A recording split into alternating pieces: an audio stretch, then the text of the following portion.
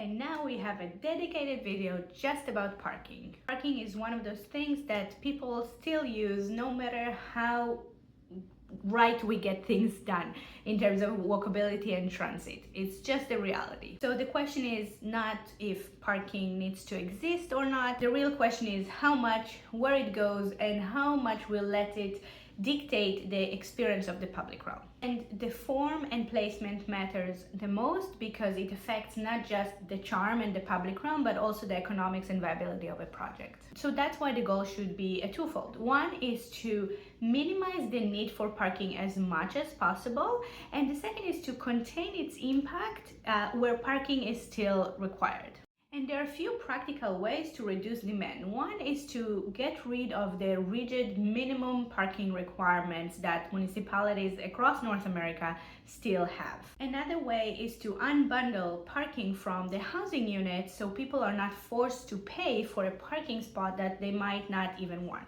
Car could also be shared across multiple buildings and not tied to an individual building, which also makes it much easier to place and size the parking, and also start using car share more extensively in good locations and price public transit properly, and all of this will translate to a reduction in car usage and therefore physical parking.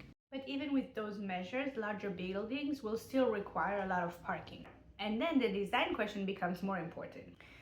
Underground parking is the least disruptive option because it keeps the ground level free for other uses. The downside is cost. It needs excavation, waterproofing, structure, and the ongoing maintenance of it will make it very expensive. Above grade parking are usually cheaper and could be adaptable over time, but they come with one massive downgrade, which is they can kill the street. When a garage faces an active street, it replaces activity with nothingness.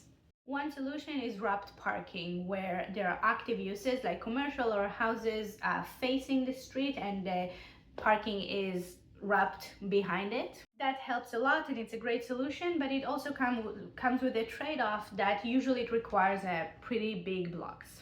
So the key point is simple. Parking doesn't have to ruin a good neighborhood. It becomes a problem only when it starts playing a meaningful role in the way we're letting it shape the street. If we can contain it, organize it, and stop letting it dominate the entire public realm, we can still build places that work well, cost less, and feel much better.